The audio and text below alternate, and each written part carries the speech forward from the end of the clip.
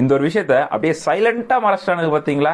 என்ன காரணம் அப்படின்னா எலெக்ஷன். இதெல்லாம் வெளியே வந்தா ஓட்டுல அதாவது காரி முகரையிலே துப்புவானுங்க அப்படிங்கிற காரணத்தினாலதான். என்னாச்சு அப்படிங்கிற தெளிவா சொல்ல ஆரம்பிக்கிறேன். இந்த வீடியோ முடிஞ்ச வரைக்கும் நிறைய பேருக்கு தெரியப்படுத்துங்க. இந்த சம்பவம் பாத்தீங்க அப்படின்னா 30ஆம் தேதி நடந்திருக்கு. அதாவது Namakkal government girls higher secondary ஸ்கூல்ல பாத்தீங்க அப்படின்னா மதிய உணவு சாப்பிட்ட கிட்டத்தட்ட 22 பெண் குழந்தைங்க வாந்தி பேதி எடுத்து ஹாஸ்பிட்டல் அட்மிட் பண்ணப்பட்டிருக்காங்க. என்ன காரணம் அப்படின்னு பார்க்கும்போது ஃபுட் பாய்சன் ஆயிருக்கு. அவங்க சாப்பிட்ட சாப்பாட்டுல என்னமோ மிக்ஸ் ஆயிருந்திருக்கு. அப்படி பாதிக்கப்பட்ட அந்த 22 குழந்தைகளுமே கவர்மெண்டோட ஆதி திராவிடர் மற்றும் ட்ரைபல் வெல்ஃபேர் ஹாஸ்டல்ல இருந்தவங்க. அந்த ஒரு ஹாஸ்டல்ல தான் இந்த மாதிரி ஒரு சம்பவம் நடந்திருக்கு. கிட்டத்தட்ட 6ஆம் கிளாஸ்ல இருந்து 9ஆம் கிளாஸ் வரைக்கும் 56 குழந்தைங்க படிக்கிறாங்க. அதுல பாத்தீங்கன்னா நிறைய பேர் ஆஃப்டர் எக்ஸாம் வீட்டுக்கு போயிட்டதாகவும், அதுக்கப்புறம் பேலன்ஸ் இந்த குழந்தைங்க வந்துட்டு ஹாஸ்டல்ல சாப்பிட்டதாகவும், ஹாஸ்டல்ல சாப்பிட்டவங்களுக்கு இப்படி நடந்திருக்கதாகவும் வந்துட்டு அங்க இருக்கக்கூடிய ஆபீசர்ஸ் கன்ஃபார்ம் பண்ணியிருக்காங்க. இப்ப என்னோட கேள்வி என்ன அப்படின்னு பாத்தீங்கன்னா, இந்த வரக்கூடிய சட்டமன்ற தேர்தலுக்கு திராவிட மாடல் அரசு அவங்களோட தேர்தல் அறிக்கையை வெளியே விட்டுட்டாங்க. 2.0 அப்படிங்கிற பேர்ல திராவிட மாடல் 2.0 அப்படிங்கிற ஒரு தேர்தல் அறிக்கையை வெளியே விட்டுருக்காங்க.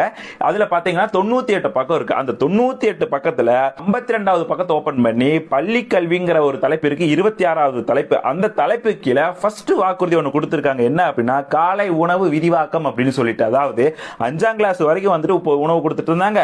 அதை வந்துட்டு நாங்க 8ஆம் கிளாஸ் வரைக்கும் மாத்திரம் அப்படின்னு சொல்லிட்டு இப்ப சொல்லியிருக்காங்க. நீங்க கொடுக்குறீங்கன்னு சொல்லியிருக்கீங்க. எந்த லட்சணத்தில் கொடுக்குறீங்க? இந்த லட்சணத்திலயா? நான் ஆல்ரெடி ஒரு வீடியோல பேசியிருந்தேன். குழந்தைகளுக்கு ஒரு நேரம் சோத்த கூட ஒழுக்கமா போட முடியல, நீங்களா எதுக்கே ஆட்சி பண்றீங்க அப்படின்னு சொல்லிட்டு. அதே கேள்வியா இப்ப மக்கள் மத்தியிலும் இருக்கு. ஒரு நேரம் சோத்த கூட ஒழுக்கமா போட முடியல, சாம்பார் சூப்பரா இருக்கு, அது மாதிரி இருக்குன்னு சொல்லிட்டு விளம்பரம் மட்டும் தான் பண்றீங்களே தவிர இங்கெல்லாம் ஒண்ணுமே நடக்கல.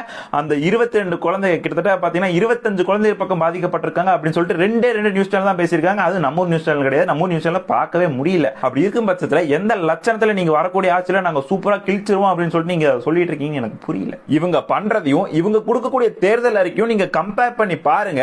எந்த லட்சணத்துல இவங்க எல்லாம் இருக்காங்க அப்படின்னு சொல்லிட்டு உங்களுக்கே தெரியும். நான் சொன்னதுல ஏதாவது தப்பு இருக்கு அப்படின்னு நீங்களே யோசிச்சு பாருங்க. இதை பத்தி நிறைய பேருக்கு தெரியப்படுத்துங்க. நல்ல வேளை அந்த குழந்தைகளுக்கு ஒன்னும் ஆகல. ஏதாவது ஒன்று ஆயிருந்தது அப்படின்னா எங்க போய் முடியறது அப்படின்னு யோசிச்சு பாருங்க. பெத்தவங்களுக்கு தான் இழப்பு. இவங்களுக்கெல்லாம் ஒரு இழப்பும் கிடையாது. கூவிட்டு போயிடுவானுங்க.